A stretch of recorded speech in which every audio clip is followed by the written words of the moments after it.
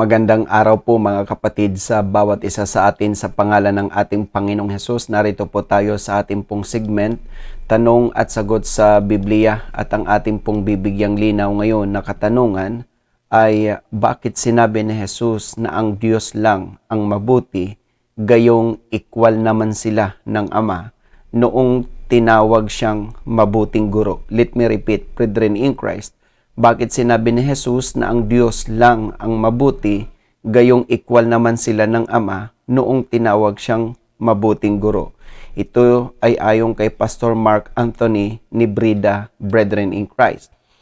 Again, talagang minsan nakukonfuse tayo sa mga pananalita ng ating Panginoon at maging po ang kanyang mga alagad way back then ay talagang nakukonfuse dahil madalas nagsasalita po siya and in a parabolic way, brethren in Christ. Now, mababasa po natin ito sa Luke 18 hanggang 19. Ito ang wika sa Tagalog ang Biblia. At tinanong siya ng isang pinuno na sinasabi, "Mabuting guro, anong gagawin ko upang magmana ng walang hanggang buhay?" At sinabi sa kanya ni Jesus, "Bakit mo ako tinatawag na mabuti? Walang mabuti kundi isa, ang Diyos lamang." And also here in Mark 10:17 hanggang 18, Tagalog ang Biblia, at nang siya'y umalis na lumalakad sa daan, ay may isang tumakbong lumapit sa kanya at lumuhod sa harap niya. At siya'y tinanong, "Mabuting guro, ano ang gagawin ko upang ako'y magmana ng buhay na walang hanggan?" At sinabi sa kanya ni Jesus, "Bakit tinatawag mo akong mabuti? Walang mabuti kundi isa lamang, ang Diyos." And also here in Matthew 19:16 hanggang 17, Tagalog ang Biblia, at narito lumapit sa kaniya ang isa at nagsabi, "Guro, ano ang mabuting bagay na gagawin ko upang ako'y magkaroon ng buhay na walang hanggan?" At sinabi niya sa kaniya, "Bakit mo itinatanong sa akin ang tungkol sa mabuti? May isa na siyang mabuti. Datapwat kung ibig mong pumasok sa buhay, ingatan mo ang mga utos." So ito po mga kapatid ay naitala ni Apostol Luke, ni Apostol Mark at saka ni Apostol Matthew.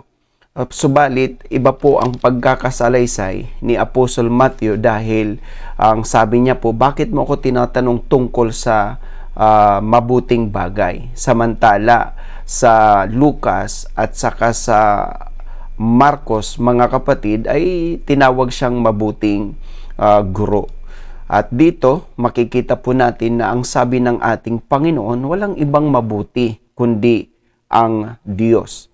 Pero sabi po ng Mateo, "Bakit mo itinatanong sa akin ang tungkol sa mabuti? May isa na siyang mabuti." Datapwat kung sabi niya, datapwat kung ibig mong pumasok sa buhay, ingatan mo ang mga utos. Let us read it again, brethren in Christ. Matthew 19:16 hanggang 17. At narito lumapit sa kanya ang isa at nagsabi, "Guro, ano ang mabuting bagay na gagawin ko upang ako'y magkaroon ng buhay na walang hanggan?" At sinabi niya sa kaniya, "Bakit mo itinatanong sa akin ang tungkol sa mabuti? May isa na siyang mabuti. Datapwat kung ibig mong pumasok sa buhay, ingatan mo ang mga utos." Because this young ruler asking on how to inherit eternal life, brethren in Christ. Ito po ang sagot ng ating Panginoon sa Matthew 19:18 hanggang 20, Tagalog ang Biblia.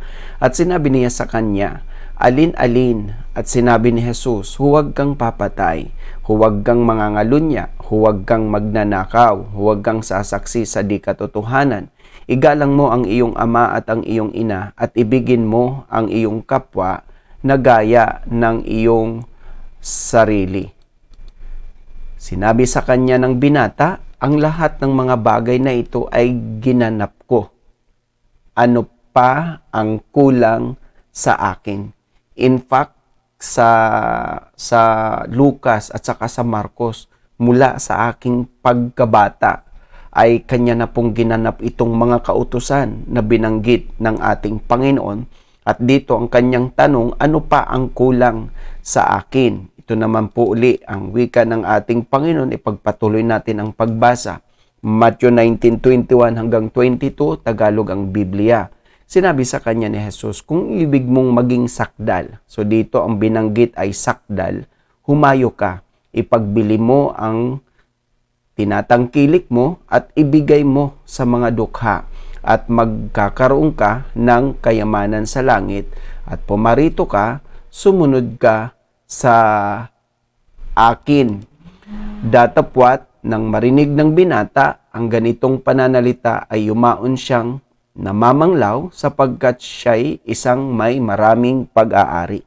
So dito mga kapatid, one thing is lacking sa young ruler, sa rich young ruler na ito, ay yung sabihin natin mga kapatid, yung hospitality. Dahil bagamat nagaganap niya since birth, mula sa kanyang pagkabata, yung mga kautusan, one thing is lacking. Yun nga po, ang pagiging hospitable sa kapwa. Dahil ito ang sabi ng ating Panginoon, mga kapatid, dahil nga hindi siya nagbalik, hindi siya nakasunod sa ating Panginoon dahil siya po ay napakayaman, ito naman po ang wika ng ating Panginoon. Matthew 19:23 hanggang 25, Tagalog ang Biblia. At sinabi ni Jesus sa kanyang mga alagad, katotohanang sinasabi ko sa inyo, mahirap na makapasok ang isang taong mayaman sa kaharian ng langit.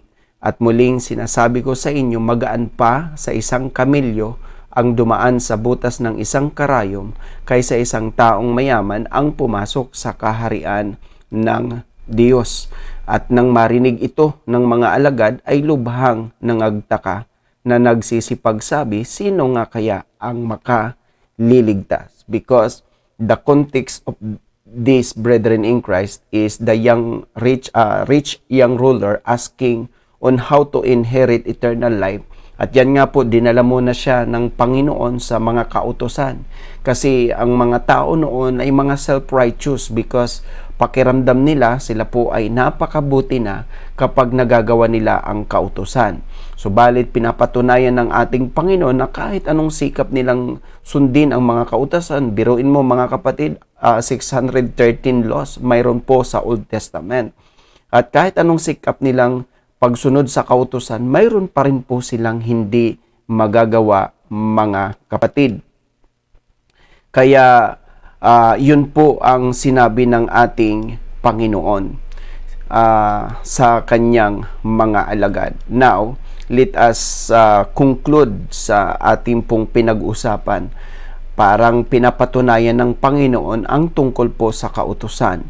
Law cannot make us good. Ayon sa James 2:10, law cannot make us perfect, Galatians 3:11, and law cannot make us save, Ephesians 2:8 and 9. Let me repeat, brethren in Christ, law cannot make us good, James 2:10, law cannot make us perfect, Galatians 3:11, and law cannot make us save, Ephesians 2:8 and 9. Kaya kahit ganapin nila ang kautusan, still they will not become good, they will not become perfect, and they will not become saved, brethren in Christ. Dahil kung ang tanong ng rich young ruler na ito, what is lacking, brethren in Christ, ito po naman ang binanggit ng ating Panginoon because way back then, brethren in Christ, itong mga rulers, hindi lamang po yung mga rulers sa government, brethren in Christ, maging po sa mga rulers, sa mga religious, mga kapatid, tulad po ng mga Pharisees, Sadducees, talagang they were obeying the law. Pero again, brethren in Christ, ang tawag ng ating Panginoon ay mga hypocrites. Mababasa po natin ito sa Matthew 23:23, Tagalog ang Biblia. Saba ninyo mga eskriba at mga Fariseo, mga mapagpaimbabaw, sapagkat nangagbibigay kayo sa ikapo ng yerba buena at ng anis at ng kumino at inyong pinababayaan di ginagawa ang lalong mahahalagang bagay ng kautusan na dili iba't ang katarungan at ang pagkahabag at ang pananampalataya datapwat dapat sana ninyong gawin ang mga ito at huwag pabayaang di gawin niyaong iba.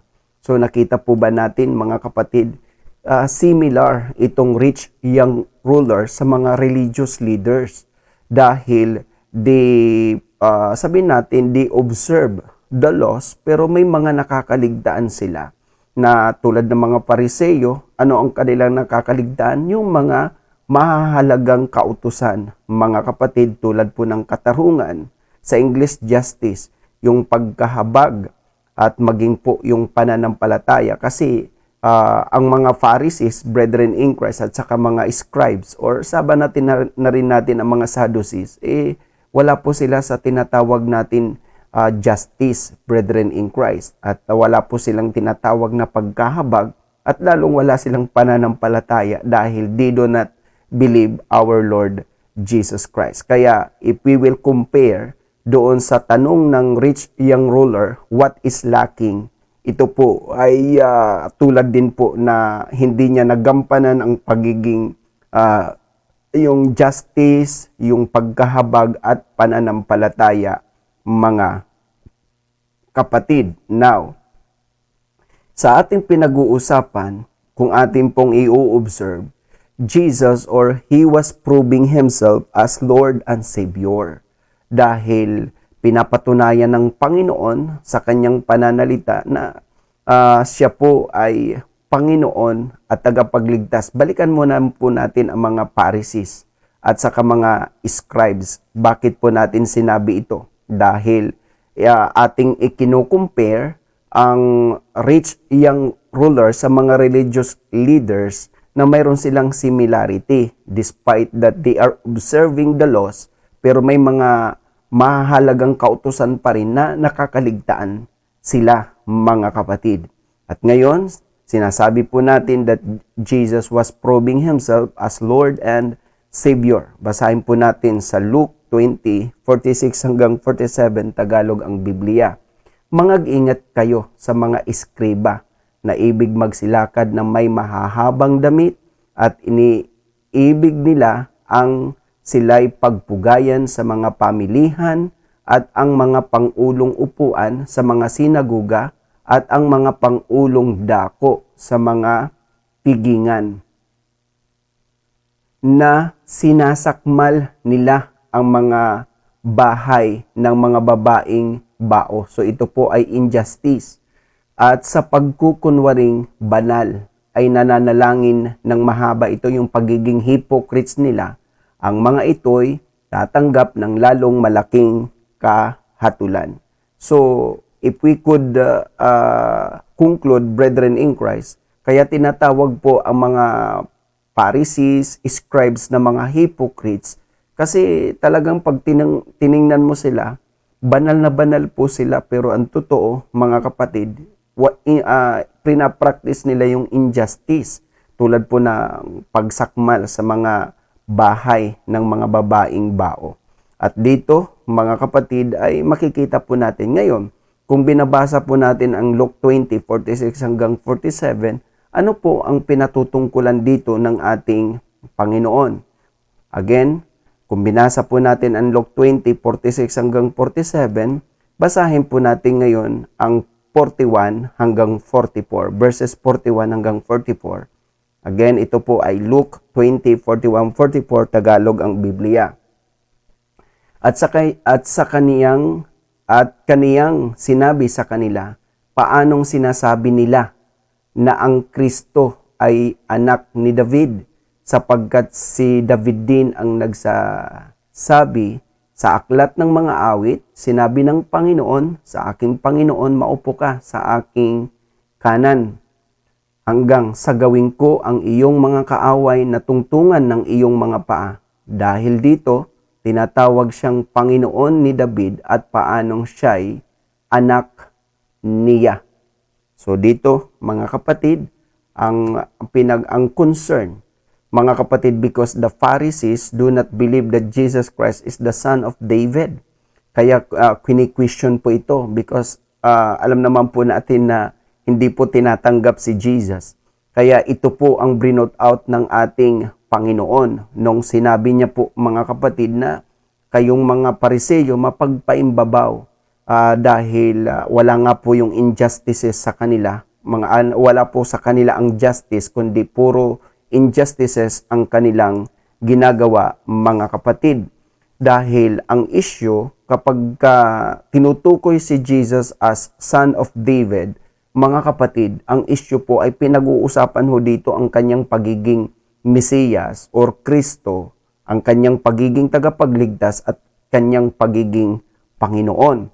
Kaya masyadong aloof itong mga Pharisees kapag tinatawag si Jesus na Son of David, dahil again, tumutukoy po ito na si Jesus ang Mesiyas na darating, na siya ang Kristo, Panginoon at tagapagligtas. Mababasa po natin ito sa Luke 2:11, Tagalog ang Biblia.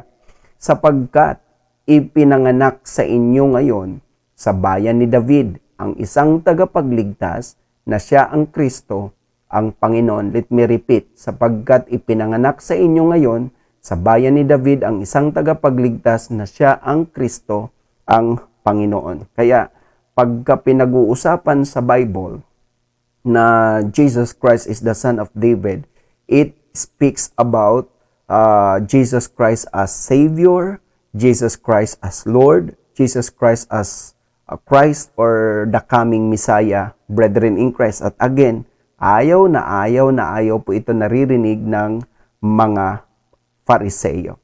Now, let us continue. Dahil alam po natin na si Jesus was rejected sa mga Hudyo. At mababasa po natin ito sa John 1:11, Tagalog ang Biblia. Siya'y naparito sa sariling kaniya at siya'y hindi tinanggap ng mga sariling kaniya. Let me repeat, siya'y naparito sa sariling kaniya at siya'y hindi tinanggap ng mga sariling kaniya. Therefore, Jesus Christ was rejected. Hindi po siya tinatanggap ng mga Hudyo, in particular as Savior, as Lord, and coming Messiah. Mga kapatid, ano lang po ang pagkakilala sa kanya ng mga Hudyo, particular ng mga Fariseo? Ito po ang ating mababasa sa Mark 6:2-3, Tagalog ang Biblia.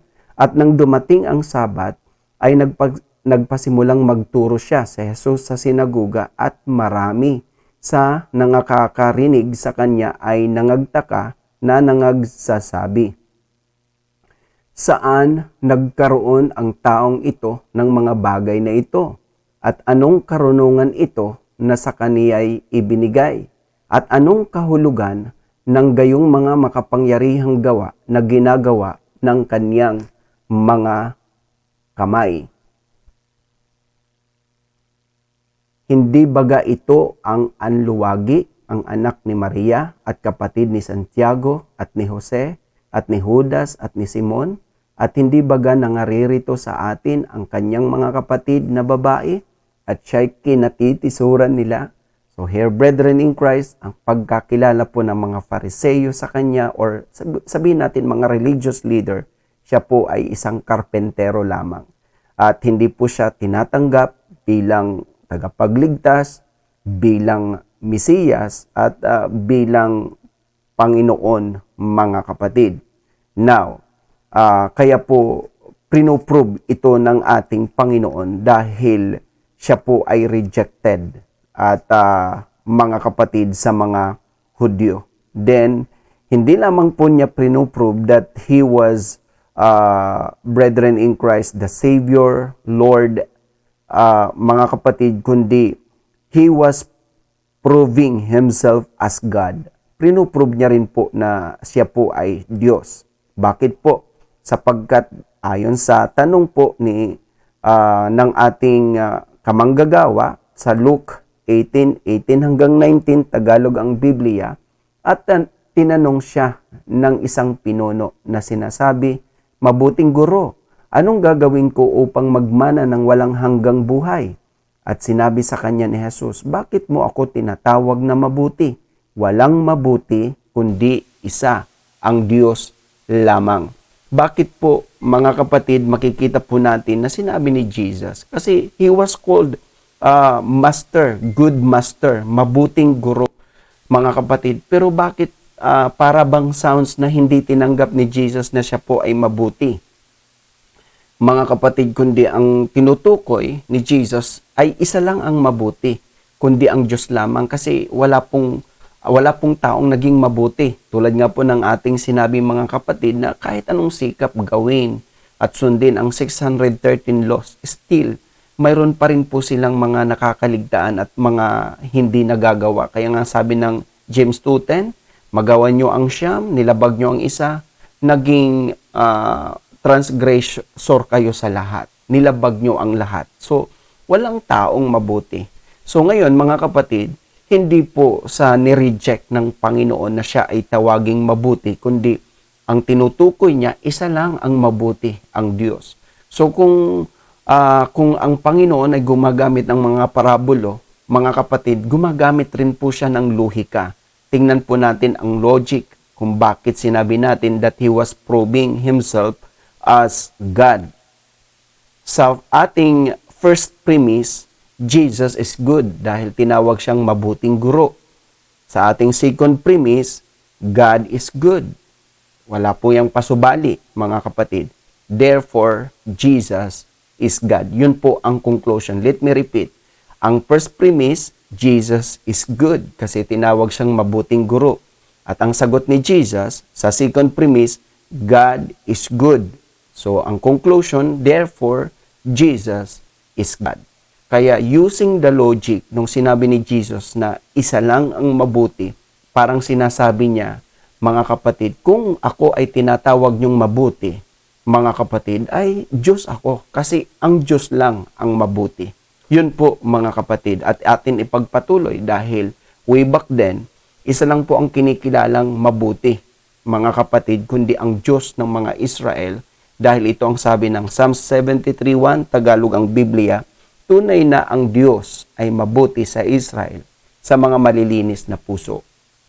Kita nyo po, so wala silang ibang kinikilalang mabuti, kundi ang Diyos lamang. Kaya, nung sinabi po ng rich young ruler, mabuting guro, sinabi ni Jesus, ang Diyos lang ang mabuti.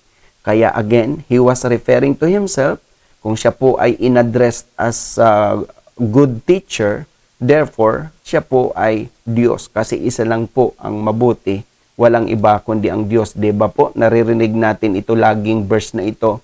Sa Psalms 107, verse 1, Tagalog ang Biblia, O mangagpasalamat kayo sa Panginoon sapagkat siya'y mabuti, sapagkat ang kanyang kagandahang loob ay magpakailanman.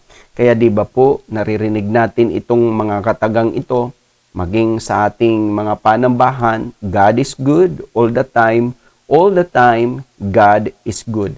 Yun po kasi ang sinasabi ng Psalms 107 verse 1 na sabi niya, O mangagpasalamat kayo sa Panginoon sapagkat siya'y mabuti, sapagkat ang kanyang kagandahang loob ay magpakailanman. Again, God is good all the time, God is good.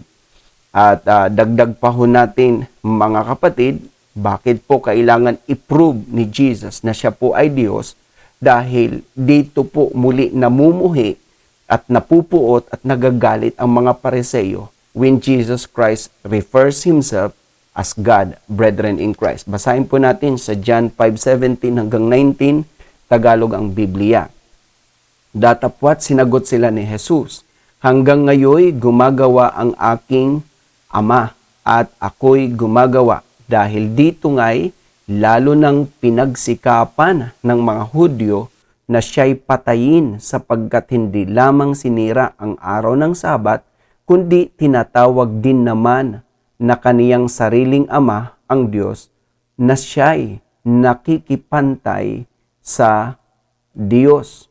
Sumagot nga si Jesus at sinabi sa kanila, katotohanan, sinasabi ko sa inyo, hindi makagagawa ang anak ng anuman sa kanyang sarili, kundi ang makita niyang gawin ng ama, sapagkat ang lahat ng mga bagay na kanyang ginagawa, ang mga ito rin naman ang ginagawa ng anak sa gayon ding paraan. So nakita niyo po mga kapatid na simple lang si Jesus. Kasi He was rejected at hindi siya tinatanggap na Diyos. Kasi pagka naririnig nila na si Jesus ay nakikipantay sa Ama, ay talagang nagdadamputan ng bato ang mga Hudyo. Kaya nga po nang sinabi ng rich young ruler, mabuting guro, ang sagot ni Jesus, walang ibang mabuti kundi isa lamang ang Diyos. So kung siya po ay mabuti, therefore siya po ay Diyos. To prove himself that he is God, brethren in Christ. And I hope that I answered the question, bakit sinabi ni Jesus na ang Diyos lang ang mabuti, gayong equal naman sila ng Ama noong tinawag siyang mabuting guro. Ito ay ayon kay Pastor Mark Anthony Nibrada. So our answer, brethren in Christ, ay dalawa po ang ating sinagot, mga kapatid, na hindi lamang kasi 'di ba po ang sinagot nga po ng ating Panginoon tungkol sa mga law, pinatunayan kasi nagmamalaki po ito yung self-righteous nga po itong rich young ruler dahil mula pa sa kanyang pagkabata ginanap niya ng kautusan. Pinatunayan ni Jesus that law cannot make us good. According to James 2:10, law cannot make us perfect. According sa Galatians 3:11, and law cannot make us saved. Ephesians 2:8 and 9. And why Jesus, sinabi ni Jesus na isa lang ang mabuti, walang iba kundi ang Diyos, kasi para kanyang mapatunayan, He was proving Himself as Lord and Savior, and He was proving Himself as God, brethren in Christ, because God, He used the logic, brethren in Christ. First premise, Jesus is good. Second premise, God is good. Conclusion, therefore, Jesus is God. Kaya, again, God is good all the time, and all the time, God is good. I hope na minsan pa tayo, mga kapatid, na pagpala sa ating pong segment, tanong at sagot sa Biblia. If ever na tayo po ay may mga katanungan, don't hesitate to comment your question para sa mga susunod po nating pagtatalakay ay bibigyan po natin ng kasagutan ang inyong katanungan. Muli, mga kapatid, kung hindi pa ho kayo nakakapag-subscribe sa ating YouTube channel, it's about time to subscribe para po tayo ay marami pang mapag-aralan at matutunan, at pakiclick na rin po ng bell button para every time na may upload tayong video, manonotify po kayo, mga kapatid. Muli, maraming salamat sa inyong oras at maraming salamat sa inyong panahon. May God bless us all and thank you for watching.